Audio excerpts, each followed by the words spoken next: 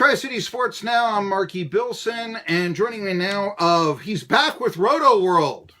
I know him from Rotoworld, NBCSports.com, all that. Matt Stroup, fantasy sports expert, joins us today. This is really, I think, the middle week for most NFL fantasy football players. And also, it's the start of the NBA season. So some people, of course, they want to wait a couple of days before they have their NBA fantasy draft. Fantasy 3 days into the season, and 203 for the year. By what, say, a rookie might. And you've done your homework. You're at an advantage and a disadvantage. Because the week into the season, people are going to realize who some of the breakout guys are in that time. So Mo Bamba of the Orlando Magic last night had a pretty good game. You know, he's going to be moving up in draft if you draft it. But if you had done your homework beforehand, you got him late in your draft, and you pulled off a great steal. If you did your homework, like I said, you can take advantage of people who are going to be overreacting to those trends, like you were talking about, that 6 for 12, whatever the equivalent of that is in basketball, a couple hot games. If you've done your homework, you know it takes out that random aspect where I lucked into the number 1 overall pick, and therefore I get to take Anthony Davis and get that advantage over you just because of a random number. In an auction, everyone else can make me pay a lot of money, and a big part of my budget to get Anthony Davis is that's what I want out. I just feel like a lot of weird stuff happens in an auction, especially if you're doing it online, the sort of internet aspect of it. Some fluky stuff can happen with the bidding. If you can get everyone in a room and everyone's doing an auction, I think that can be a lot of fun, and I'm all for it. Just for me, though, I'm more of a traditional snake trap. Is that people, there's always that guy that doesn't want to pay up, and if you come in there and everybody, and I'll just use the old rotisserie league baseball number of $250. That's what you're drafted. Sure. And you're there with $250 and you've got, I don't know, it's in like you're at the strip joint with singles or okay, here, I'm going to be, but you got to have the money right then to play. That would seem to be an advantage against the guy who, he realizes he's going to finish in last place at about week number 2. And he's like, and you're saying, come on, give him the money, give us some money and all that. And eventually, he forfeits every game or something. You've got that advantage in an auction league, do you not, Matt Stroup? Yeah, definitely, and I'm an advocate of the if you can pull it off, and if you know how to play it, the stars and scrub strategy, I think, is a really good way to go in an auction.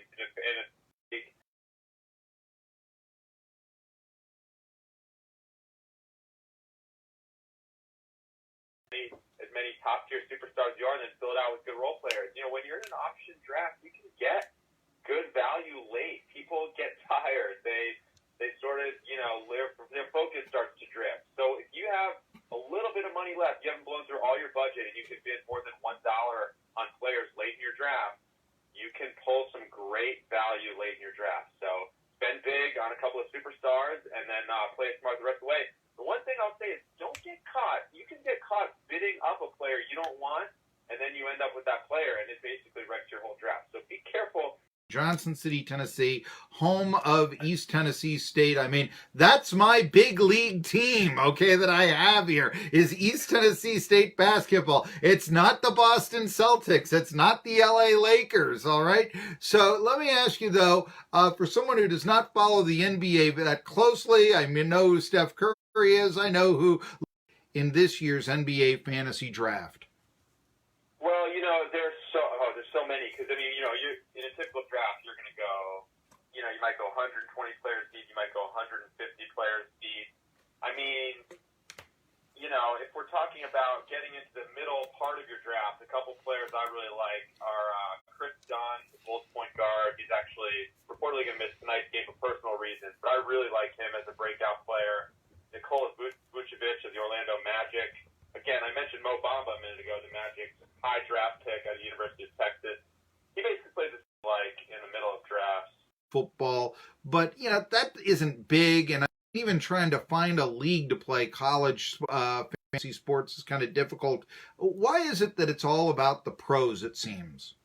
Well, I think it's partially, as best I understand it, like a licensing issue, right? Like the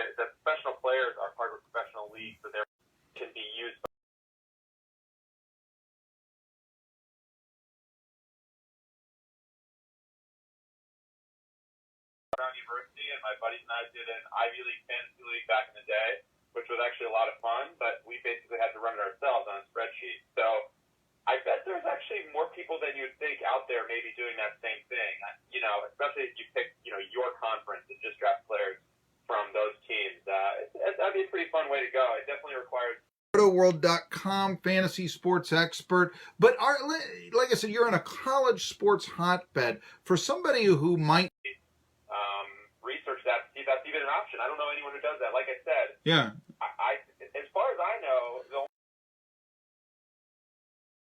league yourself. Yeah, and with notebooks and calculators.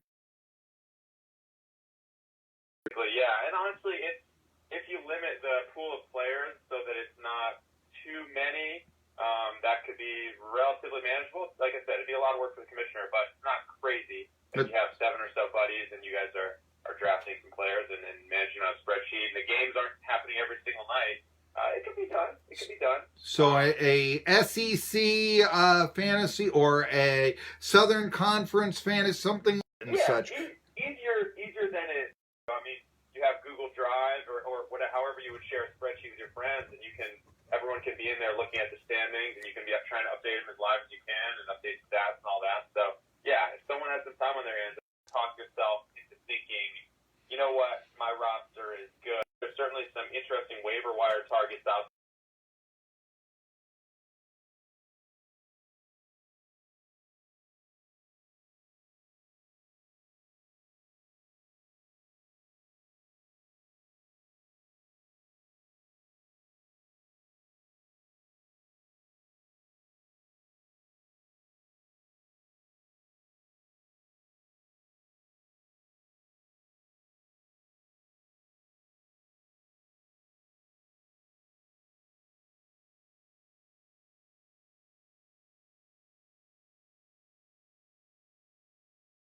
A first-time quarterback or Nate Peterman. Would that be a good play if the Colts defense is on the waiver wire? Pick them up.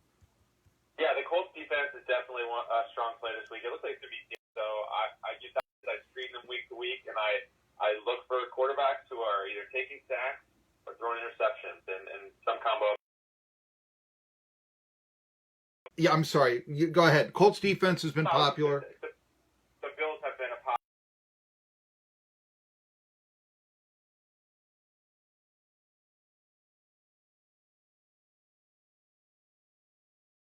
Giants, who are they playing? Manning is known to throw some picks and all that.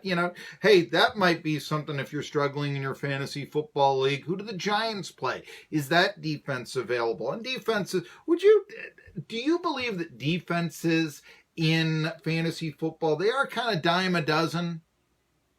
Oh yeah, I just swap them out. I rarely keep the same defense 2 weeks in a row. I will if the matchups are right, but I'm ruthless with that one spot on my roster. I turn it over constantly.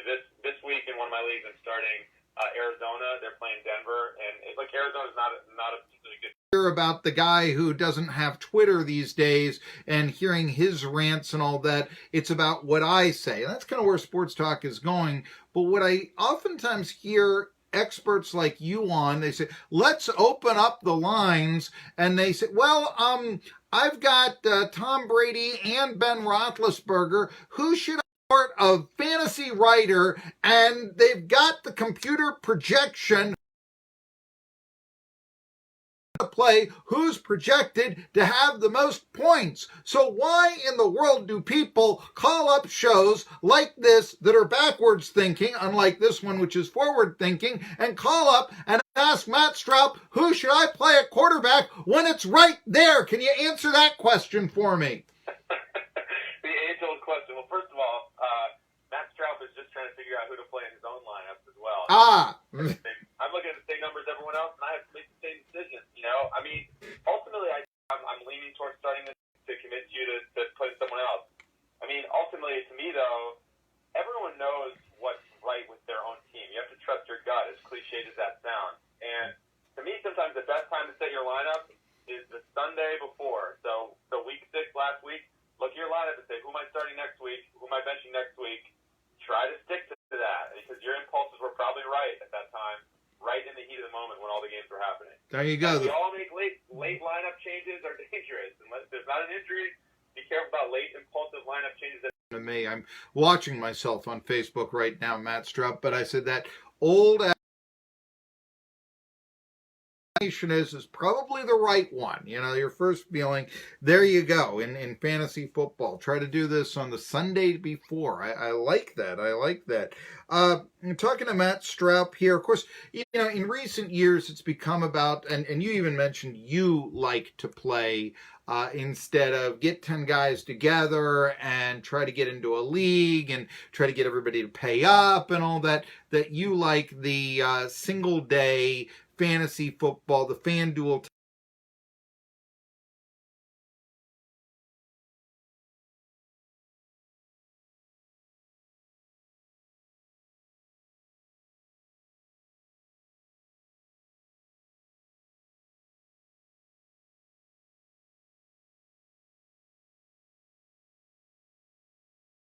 really can't keep up with a season-long league anymore or don't want to.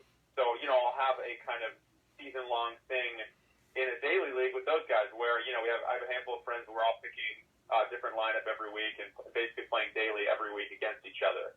So it can be fun if you have a group that, you know, doesn't want to go all in on a season-long league. It's a great way to still have a fantasy league with those people. That's kind of my slant on it. Because all of this is, in a lot of ways, for me, about keeping up with friends. You know, it's a great excuse to stay in touch with your friends and a great way for everyone to kind of talk to each other. My wife's always asking me, that to me, daily is just another avenue to maybe have some more friends in a different league.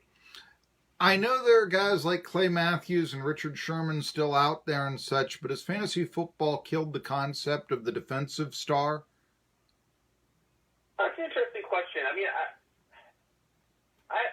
I think people are still. I don't think so necessarily. I mean, I think the name Khalil Mack, for example, still, you know, rings out to fantasy players. You know, and in fact, as you're making your fantasy line decisions, you might find yourself thinking, oh, I don't know, like a tiebreaker might be like, oh, the Bears have Khalil Mack, they have that nasty defense now, for example. You know, so I think, and you think about cornerbacks. There are fantasy writers who write some great content about, you know, wide receiver defensive back matchups. We think about Jalen Ramsey when one of your receivers goes up against the Jaguars. So I really think actually it doesn't, if anything, it can raise the profile of some defensive players when you start thinking about it that way. Okay.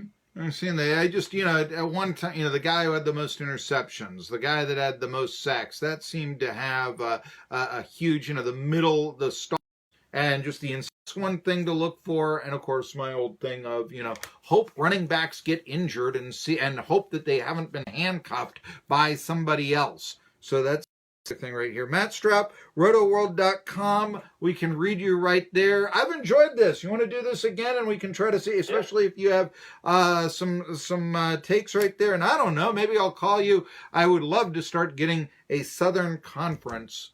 You're familiar with the Southern? Who are the military academies in the Southern Conference? Oh man!